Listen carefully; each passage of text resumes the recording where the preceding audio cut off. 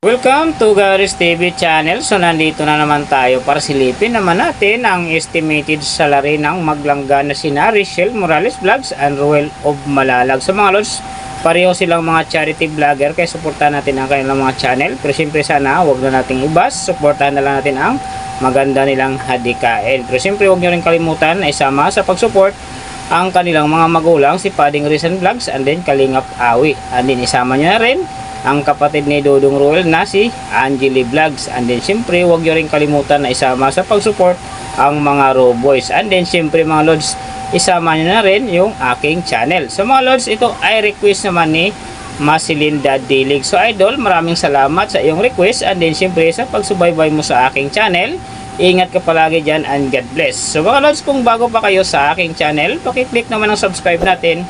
And then syempre pakipost na rin ang notification bell para lagi kayong updated sa ating video. So ano pa ba ang hinihintay natin mga lods?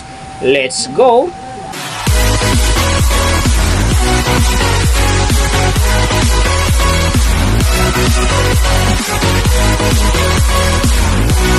So mga lods, unahin natin yung kay Richelle Morales Vlogs. So si Richelle sa ngayon mga lods ay mayroon ng upload videos na 858.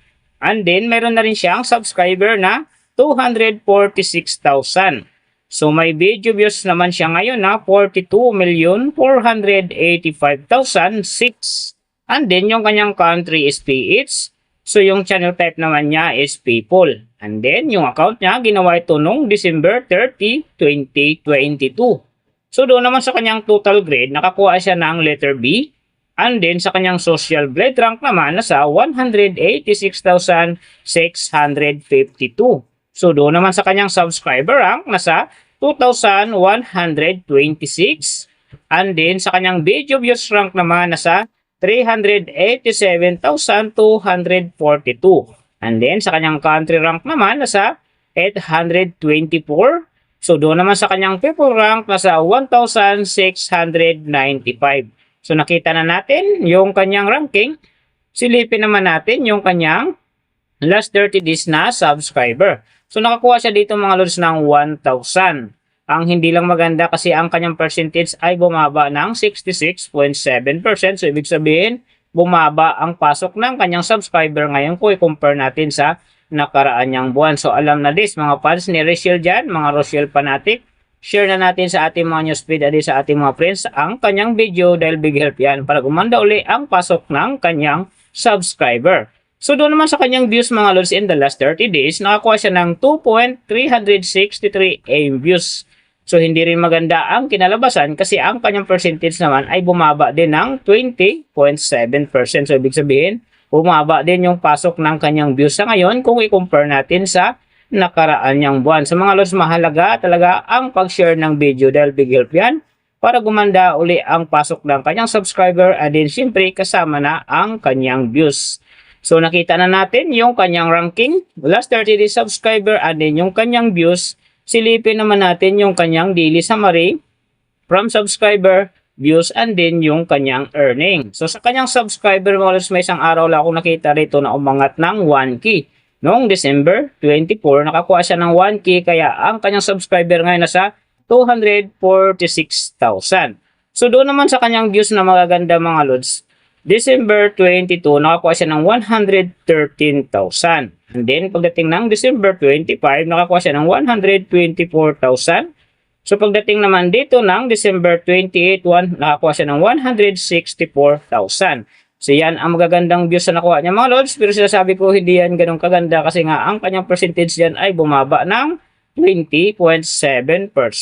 So doon naman sa kanyang earning mga lods, tingnan natin dito yung December 23. So sa kanyang low estimated, nakakuha siya ng $17. And then sa kanyang high estimated naman, nakakuha siya ng $272. So ang mga yan naman mga lods, daily summary lang. Mas maganda kung silipin natin yung naka-round off na from daily, weekly, and monthly para malaman na natin kung magkano na ngayon ang estimated salary ni Richelle Morales Vlogs dito sa YouTube. So unahin natin yung kanyang daily average. So sa daily subscriber, nakakuha siya ng 34. And then sa kanyang views naman, nakakuha siya ng 78,772. So doon naman sa kanyang daily low estimated ng kanyang earning, nakakuha siya ng $20. So times natin sa 58, mayroon siyang 1,160. And then sa kanyang daily high estimated naman ng kanyang earning, nakakuha siya ng $315. So times natin sa 58, mayroon siyang 18,270. So yan mga lods ang kanyang daily average. So pupunta naman tayo sa kanyang weekly average. So sa weekly subscriber, nakakuha siya ng 238. And then sa kanyang views naman, nakakuha siya ng 551,404. So doon naman sa kanyang weekly low estimated ng kanyang earning, nakakuha siya ng $138. So times natin sa 58, mayroon siyang 8,004. And then sa kanyang weekly high estimated naman ng kanyang earning, nakakuha siya ng $2,200. So times natin sa 58, mayroon siyang 127,600. So yan naman mga lods ang kanyang weekly average. So pupunta naman tayo sa kanyang monthly average. So sa monthly subscriber, nakakuha siya ng 1,000. And then sa kanyang views naman, nakakuha siya ng 2,363,153. So doon naman sa kanyang monthly low estimated ng kanyang earning, nakakuha siya ng $591. So times natin sa 58, mayroon siyang 34,278. And then sa kanyang monthly high estimated naman ng kanyang earning, nakakuha siya ng $9,500. So times natin sa 58, mayroon siyang 551,000. So yan naman mga lods ang kanyang monthly average. So pupunta naman tayo kay Ruel of Malalag. So sa ngayon mga lods, si Ruel of Malalag ay mayroon ng upload videos na 2,793. And then mayroon na rin siyang subscriber na 431,000. So may video views naman siya ngayon na 141,973,919. And then yung kanyang country is PH. So yung channel type naman niya is people. And then yung account niya ginawa ito noong November 5, 2016. So doon naman sa kanyang total grade, nakakuha siya ng letter B. And then sa kanyang social grade rank naman, nasa 102,085. So doon naman sa kanyang subscriber rank, nasa 1,910. And then sa kanyang video views rank naman, nasa 139,268. So doon naman sa kanyang country rank, nasa 642. And then sa kanyang people rank naman, nasa 1,508. So nakita na natin yung kanyang ranking. Silipin naman natin yung kanyang last 30 days na subscriber. So nakakuha siya dito mga lods ng 3,000. Ang hindi lang maganda kasi ang kanyang percentage ay bumaba ng 40%. So ibig sabihin bumaba din ang pasok ng kanyang subscriber ngayon kung i-compare natin sa nakaraan niyang buwan. So mga lods, alam na this. Share na natin sa ating mga newsfeed at sa ating mga friends ang kanyang video dahil big help yan para gumanda uli ang pasok ng kanyang subscriber. So doon naman sa kanyang views mga lods in the last 30 days, nakakuha siya ng 5.412 M views. So hindi rin maganda ang kinalabasan kasi ang kanyang percentage ay bumaba din ng 7.4%. So ibig sabihin bumaba din ng ang pasok ng kanyang views. So mahalaga talaga mga lods ang pag-share ng video dahil big help talaga yan para gumanda ang pasok ng kanyang subscriber and then siyempre kasama na ang kanyang views. So nakita na natin yung kanyang ranking, last 30 days subscriber and then yung kanyang views. Silipin naman natin yung kanyang daily summary from subscriber views and then yung kanyang earning. So sa kanyang subscriber mga lods, may dalawang araw akong nakita na umangat ng tig 1K. Simula noong December 22, nakakuha siya ng 1K. And then nasundan ito ng January 1, nakakuha siya ng 1K. Kaya ang kanyang subscriber ngayon nasa 431,000. So doon naman sa kanyang views mga lods, yung maganda rito, December 23, nakakuha siya ng 157,000. And then, pagdating ng December 28, nakakuha siya ng 267,000. So, pagdating naman dito ng January 2, nakakuha siya ng 166,000. So, yan ang magagandang views na nakuha niya mga lods. Pero sinasabi ko, hindi yan ganun kaganda kasi nga ang kanyang percentage yan ay bumaba pa ng 7.4%. So doon naman sa kanyang earning, tingnan natin dito yung December 23. So sa kanyang low estimated, nakakuha siya ng $39. And then sa kanyang high estimated naman, nakakuha siya ng $630. So ang mga yan naman mga lods, daily summary lang. Mas maganda kung silipin natin yung naka-round off na from daily, weekly, and monthly para malaman na natin kung magkano na ngayon ang estimated salary ni Ruel of Malalag dito sa YouTube. So unahin natin yung kanyang daily average. So sa daily subscriber, nakakuha siya ng 100. And then sa kanyang views naman, nakakuha siya ng 180,395. So doon naman sa kanyang daily low estimated ng kanyang earning, nakakuha siya ng $45. So times natin sa 58, mayroon siyang 2,610. And then sa kanyang daily high estimated naman ng kanyang earning, nakakuha siya ng $722.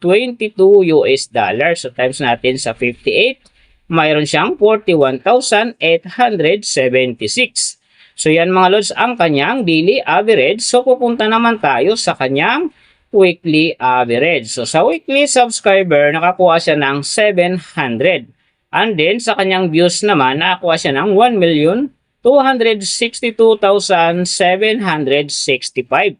So doon naman sa kanyang weekly low estimated ng kanyang earning, nakakuha siya ng $316.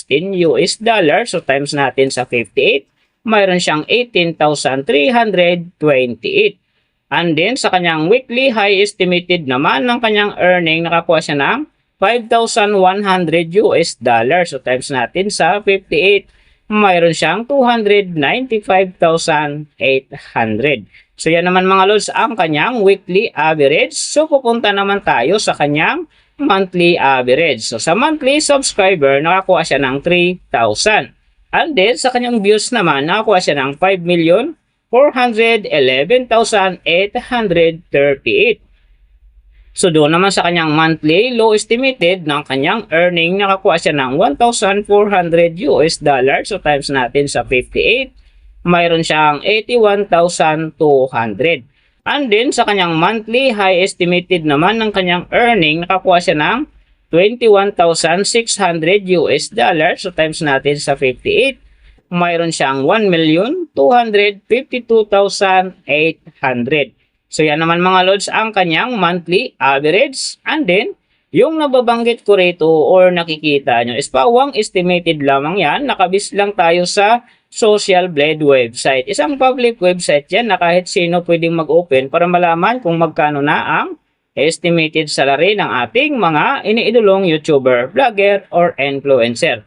And then mga lods, like ko yung sinasabi, palaging natutupad dyan yung low estimated kasi nga hindi talaga natin kayang i-demand sa ating mga viewers na wag mag-skip ng ads. Pero pwede pa rin naman yan maging times 2, times 3, or maging times 4 pa yan kapag ang isang vlogger nakapag-viral ng kanyang video. Pero siyempre mga lods, kung supporter ka ni Rochelle Morales Vlogs, Ruel of Malalag, or isa kang Rochelle fanatic, huwag ka nang mag-skip ng ads dahil big help yan sa kanilang channel. And din siyempre sa mga kababayan natin na kanilang tinutulungan dahil sila ay parihong charity vlogger. Pero siyempre mga lods, huwag nyo rin kalimutan na huwag na rin skip ang aking ads dahil big help yan sa aking channel and then siyempre sa aking mga personal na hadikain. So mga lods, kung nagustuhan nyo ang video na to, pakiclick naman ang subscribe natin and then siyempre pakipost na rin ang notification bell para lagi kayong updated sa ating video. So big thank you sa lahat ng mga sumusuporta sa aking channel. Sa magsusupport pa lang, ingat kayo palagi and God bless. At sana gabayan kayo palagi ng Panginoon sa ginagawa nyo araw-araw at siyempre magtagumpay din kayo sa inyong mga pangarap. So hanggang dito na lang. See you on my next video.